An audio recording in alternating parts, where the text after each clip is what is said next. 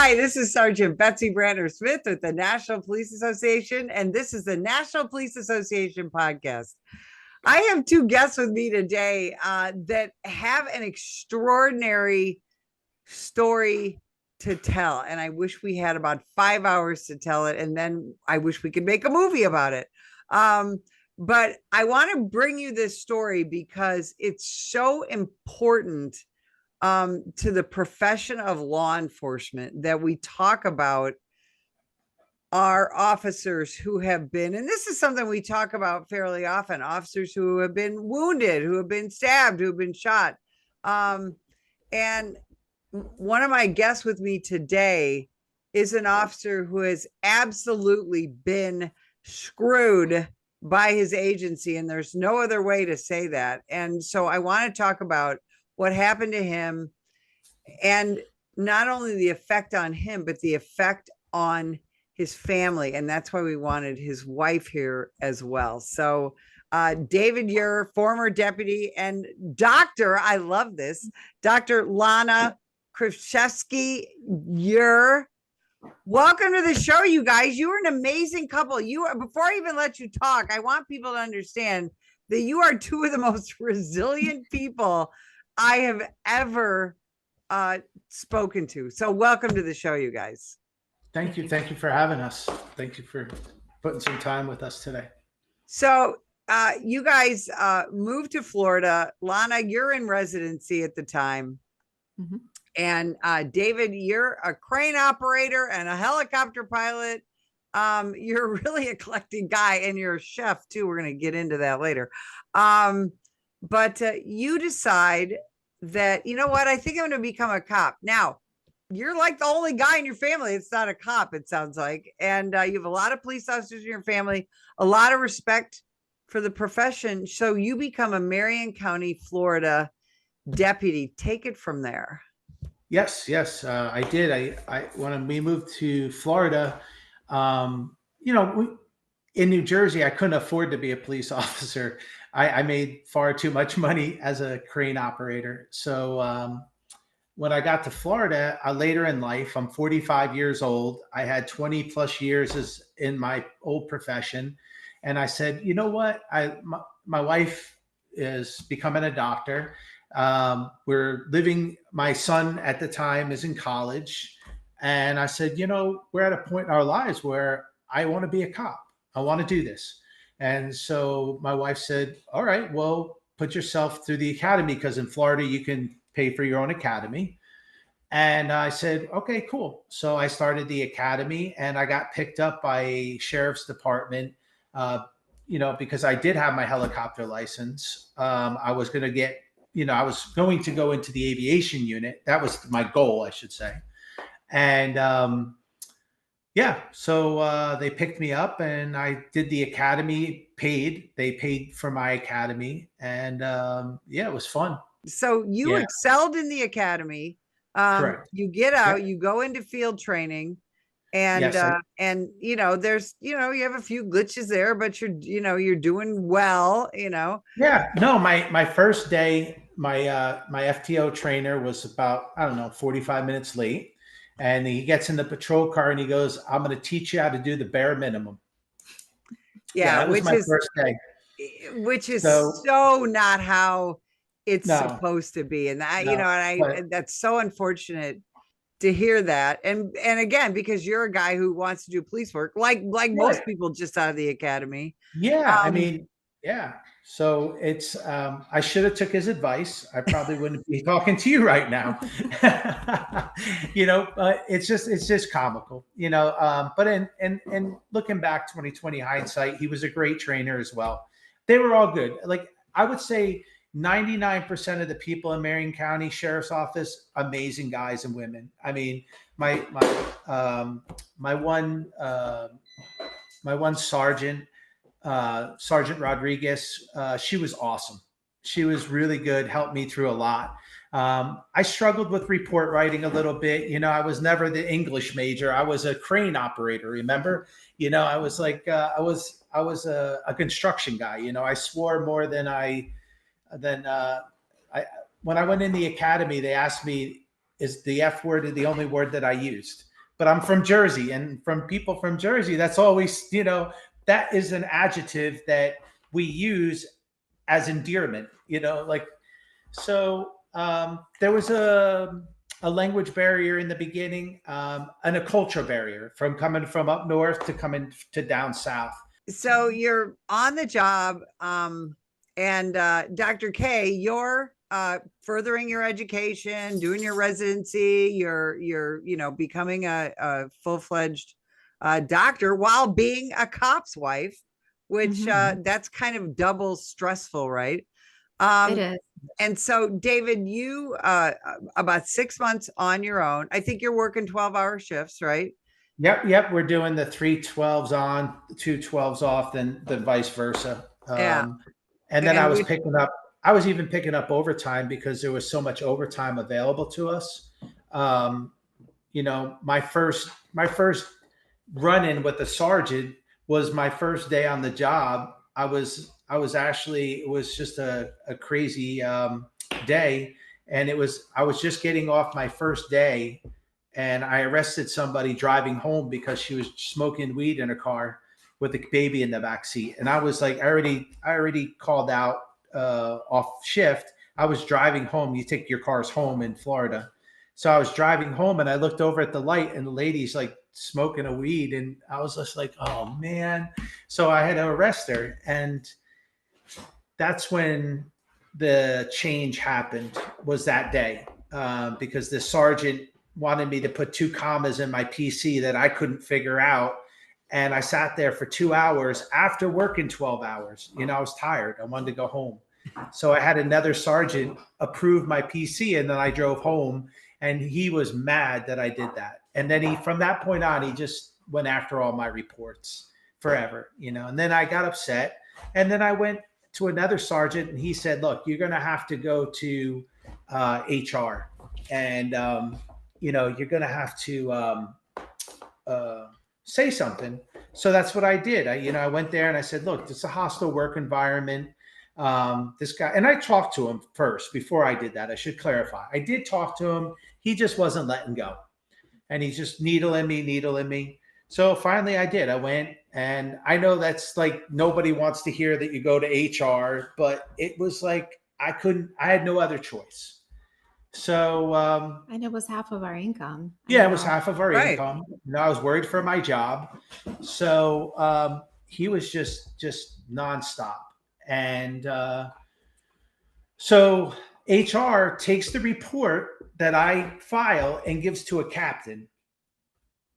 Why would they give it to a captain? HR should handle it, right? That's why you have an HR department. Well, he takes it and he goes, I don't find anything that the sergeant is doing wrong. He goes, but I watched a couple of the body worn cameras, and you didn't activate it right. So I'm suspending you for 3 days. So I got a 3-day suspension for complaining about the sergeant. So I was like, okay, I see where this is going. I'm going to just keep my mouth shut and do my job. So I get through that whole thing with HR. I do my report writing class.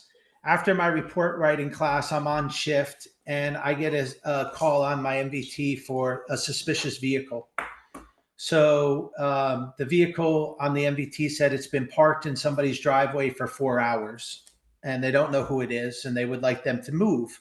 So I drive out there, I pull up behind the vehicle, and I can see when I hit my headlights on it, the driver's side door is open, and there's a female sitting halfway in the car, halfway out, So I step out of the vehicle and I call her out of the vehicle, and she walks back to me, and we start talking, and her eyes are going 100 miles an hour. She's sweating. And you hear me say on the body worn camera, you hear me say, it's a cool night. Why are you sweating? And it was a cool fall night. And she's like, well, I've been working on my car. And I'm like, okay. And she's talking 100 miles an hour. And I'm like, do you need medical attention? Because I know there's something going on with you right now. And she's like, no, her eyes are like pinpoints, And I'm just like, yeah, I'm like, this is not going to end well. So I'm like looking at her going, yeah, I'm just not comfortable with what's going on here. So I keep talking to her, doing my investigation with her. And with that, a pickup truck pulls behind my patrol car, and two off duty FWC officers get out of the Explain what that vehicle. is, FWC. So FWC is Florida Wildlife officers. So they do Florida Wildlife Conservation. So they're state officers. They're like the state police for the waterways, parks. Yeah, they They had do their own things like reality that. show. Yeah, they did. Yes, yes. And they're great guys. So it's Yeah. not unusual for off-duty officers to pull off with on-duty officers because we all know we're out there by ourselves, and there's no backup for, 20 minutes in either direction. You're the only deputy out there. So a lot of times off-duty officers will stop with duty officers just for extra help.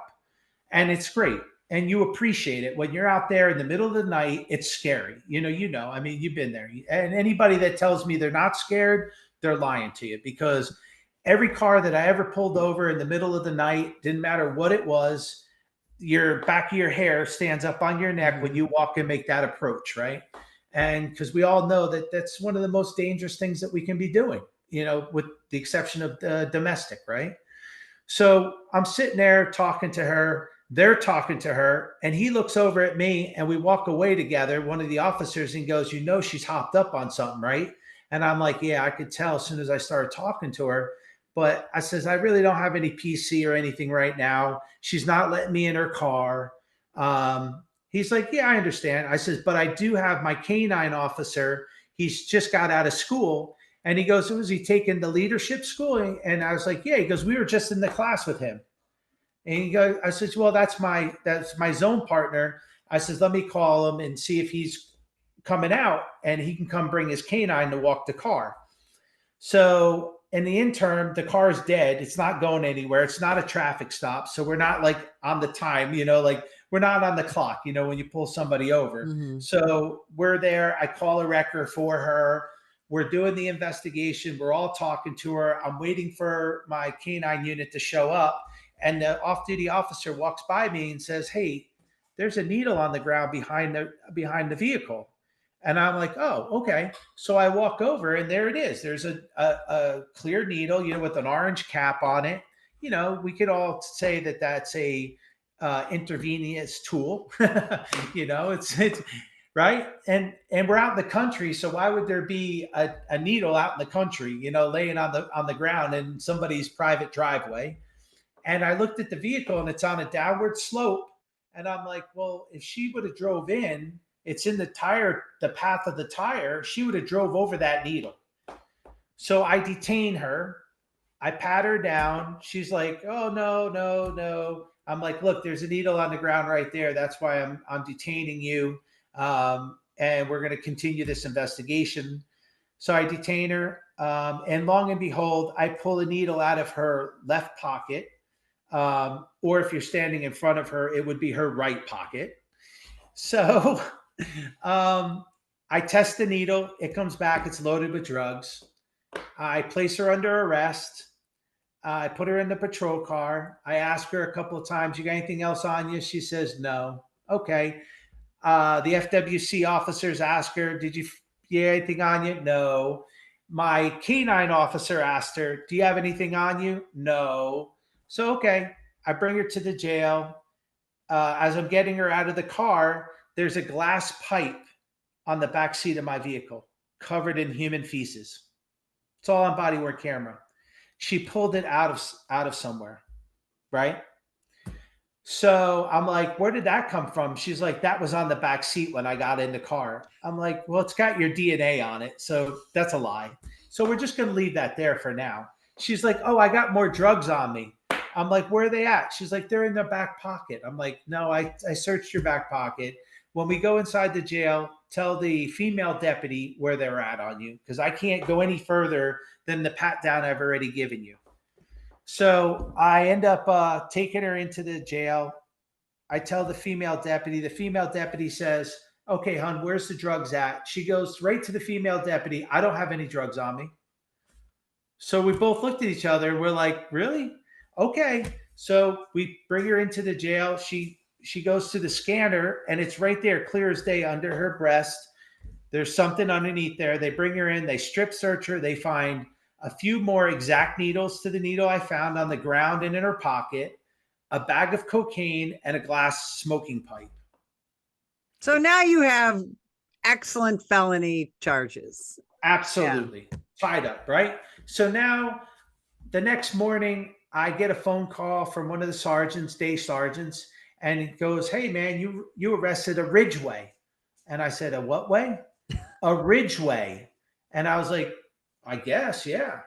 Yeah. It says at that night I had two arrests, so I wasn't sure which arrest she was talking about.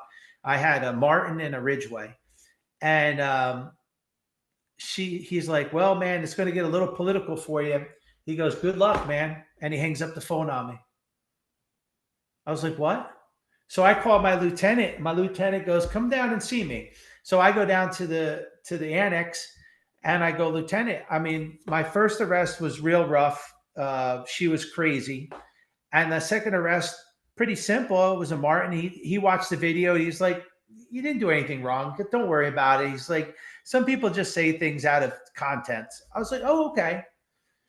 Well, like a week later, I'm in roll call, and my sergeant says, "Hey, after roll call, come with me. I got to talk to you." So I go to his office, and he goes, "Hey, look, I'm putting you in an IA, and you got to turn your badge and your gun in." And Explain I was what an like, IA is. so internal investigation. So internal investigation in Florida, they sit you down, they tell you what your charge is, and then they put you on two types of suspension: paid suspension with leave, paid leave, or just suspension, and they don't take your gun and badge. When they take your gun and badge, it's really bad. Like that's when something bad. So I looked at him, "What I do, Sarge?" He goes, "Well, Captain Polford is saying you didn't have probable cause to arrest." And I was like, "What? My charge is I didn't have probable cause to arrest?" He's like, "Yeah." I'm like, "Isn't that strange?" And he looked at me, he goes, yeah, but I didn't. He goes, "This is his charge. The captain's saying take your gun and badge. I'm doing my job. We'll go through the investigation. If you had probable cause to arrest, we'll give you back your badge and gun. And you're on paid leave." So he's like, "It's like a paid vacation." So I was like, "Okay." So I hand my badge and gun. I go home, and I'm pretty depressed at that point. I'm like, they just took my badge and gun, Yeah. Which is, So I've got to say, the emotional component of that, them taking away your badge and your gun for a law enforcement officer is extraordinarily difficult. yeah, no, it was devastating because here I am, 6 months in the academy, 6 months on the road. I'm busting my ass. I'm 45 years old. I just married the woman of my dreams. And I'm thinking my life is going in the right direction. And now I have to call my wife, who's working nights up in Gainesville. "Hey, they just took my badge and gun from me." Yeah.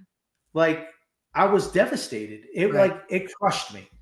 So I was like, "Wow, man, this is crazy." So I have the police association, or not police association, the sheriff's association is what I belong to. I didn't join the FOP because I was told in the beginning of my career, don't join the union, because if you join the union, they won't promote you. They won't do anything for you in the sheriff's office. Like they went out of their way to mess with guys that were in the union. So I was like, "Well, I'm 45 years old. Well, I'm okay. I'll just do the sheriff's association and see where it goes in my life." Like I didn't understand the importance. And I tell everybody, my son just became a police officer in Delaware. I said, "You join that union right now. Like you don't do anything else but join that union, because somebody will have your back there." The Mhm. sheriff's association, what I just found out was it's a good association. They do great things, but they insure the sheriff's appointment. They insure the sheriff's offices. So their hands are in the pie Mhm. there. Mhm. So when they said to me I needed representation, they sent me a lawyer. The lawyer says, yes, I can represent you during your IA, but if it goes criminal, you're going to have to get your own lawyer. And I was like, well, why would it go criminal? I'm like, they said I didn't have probable cause to arrest, but I did. So the attorney says, okay, well, we'll go to the IA. So I was like taken by it at first that this guy is already talking to me about criminal charges. Something didn't go right. Like, like that spidey sense. You're like, Sure. wait, that, that, that, that line of questioning, the way he was talking to me, like he knew something was up. So we go to the first meeting, and the sergeant's like, "Look, I'm going to continue my investigation, and I'm not ready to continue to talk to you yet." So I was like, "All right, I don't like the way this is going." So I went and hired an attorney. So then, when I hired the attorney, Jimmy Sparrow was his name, great attorney. He says to me, Dave, he goes, "What's the charge?" I says, "Well, they're saying that I didn't have probable cause. Um, and at that point, there was some scuttlebuttle between me and the sergeant that he had talked to me about, that some of my statements in my report didn't match my body worn camera." I'm like, okay, well, when does that happen? Like, what am I, a computer? Like, I'm not a computer, and I don't watch my body worn camera before I write my report. So, okay, is it out of order? Yeah. So what? That happens. I'm thinking to myself, what could be the thing? So the sergeant comes back to my attorney and says, "When you come in, I'm going to read him his rights." And my attorney's like, "What? His Miranda rights?" He's like, "Yeah." He goes, "Okay, I'll be right back in touch with you." He hangs up the phone and he looks at me and goes, "You're going to resign." He goes, "They're going to charge you criminally." And I'm like, "For what?" I'm like, "Jimmy, you watched the body worn camera." He's like, "Yeah, I don't know." He goes, "I don't know what they're going to charge you with, but I got to figure this out. But you can't go to the meeting because even though you're under qualified immunity at that point, and anything you say during that meeting is immune, or it's, maybe I'm not saying that word right. It's not immune. What am I looking for? It's like they can't use it against you in Right, court. right. It's basically protected. Yeah, it's protected. But he said, if they ask you the same question later on in life and you don't answer it exactly the way you said it in the meeting, then they can charge you with perjury. He goes, so you can't. He goes, I'm recommending. He goes, you hired me. I'm recommending you not to go to the meeting and resign and let them figure this out. He goes, I'll call the state and figure out what they're doing. So he calls the state attorney's office, and the state attorney's office is like, yeah, the sheriff's office brought this to us, and we're charging him with false statements. So Jimmy's like, what? He goes, can I have the statements that are false? And she sends it over to him in an email. He looks at it, watches the video camera, and goes, everything they're saying is false. I'm watching right here on the camera. He writes the times down, and then he calls the state attorney's office and says, let's have a meeting. He goes for a meeting and he says, no, he wrote that in the report here, and at time, say 105, he says it right there. So what's the falseness here? She says it's out of order. He's like, what? She's like, well, he took it out of her right pocket, and he wrote it was in his left pocket. He's like, well, if you're standing behind he was standing behind her, and he reached in with his left hand and took it out of her left pocket. In his mind, it's her left pocket. Right. That's what they charged me with. And so my attorney, I had to go do a perp walk. I had to go turn myself into the jail for misdemeanors. So I go there. I know everybody at the jail. I was in and out in 15 minutes. Matter of fact, they had a slice of pizza there for me. Honestly, they did, which was actually kind of funny. And my attorney drove me to the jail. That's how concerned my attorney was. He's a really good guy. And at the end of the day, I'm like, this is stupid. And Jimmy's like, yeah. So the state attorney comes back to Jimmy and goes, if he takes a deal, I'll, take probation, gives up his license, pays like $2,000 in fines. And all of this is happening to me. They drop all the charges against the girl that I arrested. Dr. K, I want to know what's going on in your head during all of this. You go from being married to a cop to now he's basically fighting for his professional life and he's fighting for his reputation. And I can imagine things are pretty stressful at home. And you, as a physician, don't exactly have the least stressful job in the world either. So, because I want to talk for a minute about how it affected you as well. Well, it was devastating. For me, honestly, it was so hard to watch my husband get put through this unjustly, really unjustly. And it's one thing when you're being married to a cop, you don't realize that every time he leaves the house, you don't know if he's going to come back to you or not. And so you're living with that, and then you come home and you see what he looks like when you take his badge and gun away, and you can't even put it in words. It's so hurtful. And at the same time, when all of this is happening and he gets booked through the jail and the newspapers start going all over the place, the deputy's lying and all of this stuff, and then our attorney tells us, you know what, it's probably best that you guys leave the county. So, half of our income is gone. I'm working as a medical resident, and God, they start you off at like $50K a year. We have to pack up our home and move. We can't afford the movers. We had to figure out how to make ends meet, so we buy this old food truck, a 1985 Ford. Like out of Crown. Chef. You ever see the movie Chef? It was that. It was that I truck. love it. It was an old rundown truck that Yeah. was converted into a food truck, and Yeah. Dave started cooking because with the charges hanging over him, he can't find a job. Couldn't get a job. I couldn't even Uber. No. Yeah. So while you're dealing with all this, and I'm just going to say it, corruption, alleged corruption,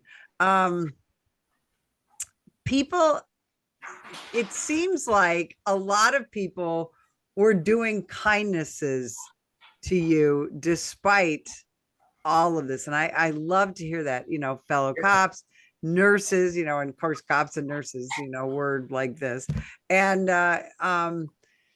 so here you are, just at such a low point, and yet you continue to experience some kindnesses. So while you're doing all of this, how is it, David? Are you guys trying to resolve this whole insane situation that, again, it sounds like a Netflix series? Yeah, well, we just kept the state attorney's office just keep, like, every time we would get to the point where we wanted to get to court, we absolutely wanted to go to trial.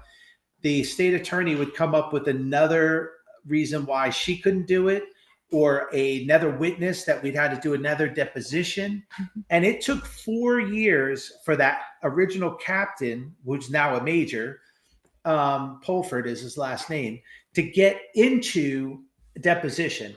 When he did do his final deposition, he did such a bad job during his deposition, and it was clear as day. Like, my attorney just ate him up in the deposition, and it was clear that he was going out of his way to hurt me.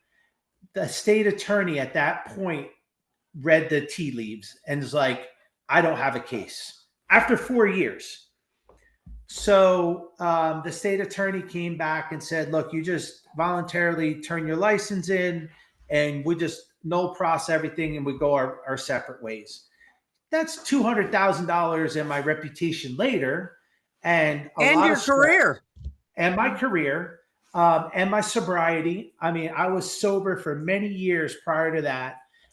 They now look, that's on me. I take full responsibility for going back to drinking, but the stress of what I was going through, I'm not going to say it was the right thing, but at the time it was the right thing for me.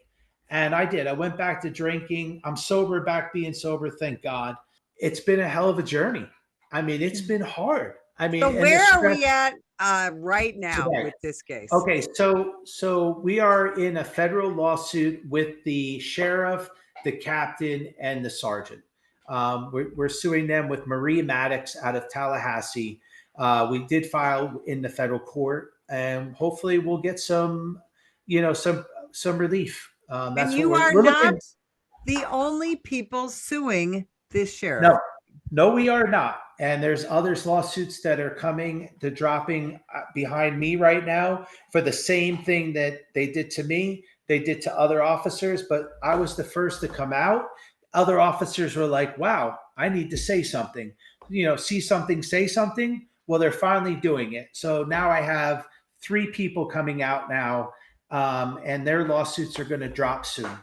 And I'm really happy to hear what they're doing, and I'm proud of them. When they listen to this, hopefully they'll be able to do a podcast with you as well and hear their story, because their stories are horrendous too. What they put those deputies through, and it's the same characters in this sheriff's department that are doing it, and they've been doing it for years and getting away with it.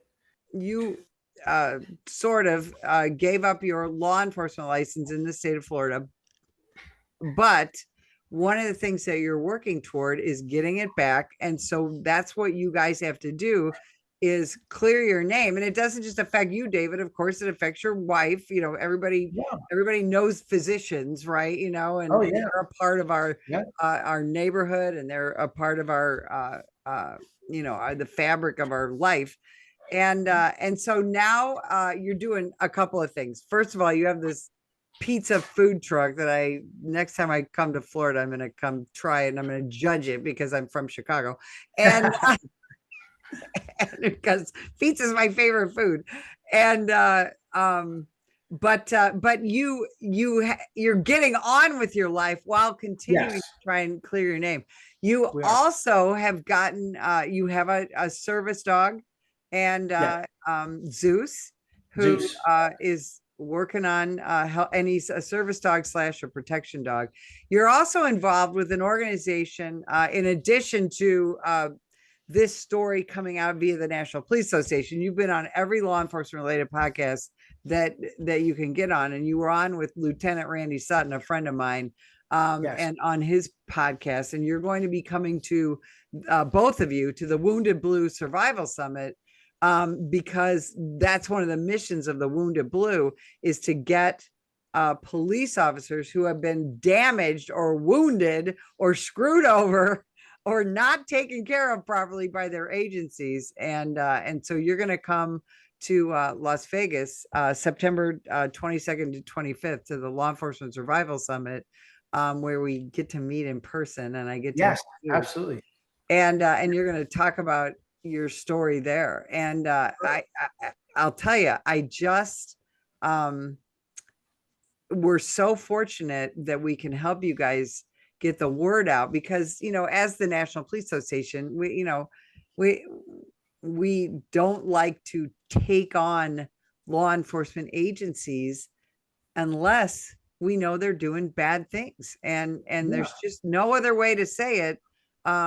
You got treated badly, right? Really badly. No, I mean, and it's not even like I was saying before before we first started taping was, look, if it was just me, I would say, okay, maybe it's Dave. But now we have multiple deputies, not just 1, 2, 3, 4 people coming forward. I have a list of witnesses that want to come forward against this agency, against these guys. Like, they don't understand the storm that's coming to them. Like, it's coming. Like, the storm, it's taken 4 years. I'm a Jew, okay? We don't give up. All right. If they haven't figured that out, guys, I'm not Iraqian. I'm not Iranian. I'm a Jew, and I don't give up. And they don't, see that storm coming, it's coming, and it's coming for them. David, tell people where can they find your food truck to test that pizza out and let me know. So we have an excellent location in Flagler Beach, right across the street from the Funky Pelican, which everybody knows is right there by the pier. We're there on Wednesdays, Fridays, and Saturdays. Or on Sunday, we're at the Coquina Coast Brewery, right in Flagler Beach as well. And the cool thing about our pizza is every pizza we sell, $1 goes to the Wounded Blue. So we're trying to raise $10,000 this year for the Wounded Blue, because we really need to give back to our officers. It's so important. And I hope people hear this. And I hope if you're going through this, reach out to the Wounded Blue, reach out to Betty The and National say, Police Association. I need help. Yeah. They're there. They will listen. It might take a few emails. It might take a few times. But if you stay persistent, like my wife did, you will get the help that you're looking for. Yeah, absolutely. I tell Or you guys, reach out to me. Yeah. Go to Rustic Dough Works, send me a message, and I know everybody now. If I have the ability and I have good attorneys, I will help you. On Facebook, it's Rustic Dough Works, and email is rusticdoughworks@gmail.com. Perfect. Right. So and you can send me a private message or send me an email if you need help. You're not alone. You're not alone. I've been through it. I can give you some good advice. I got good lawyers. If you're in it, I can definitely help you, and I will help you. But you guys, I can't thank you enough for spending time with us today and telling us your story. And I look forward to doing another episode with you where we get to explain how everything was resolved. So we will see you guys in September. And if you'd like more information about the National Police Association, you can visit us at nationalpolice.org. Every day, the brave men and women of law enforcement put their lives on the line to keep us safe.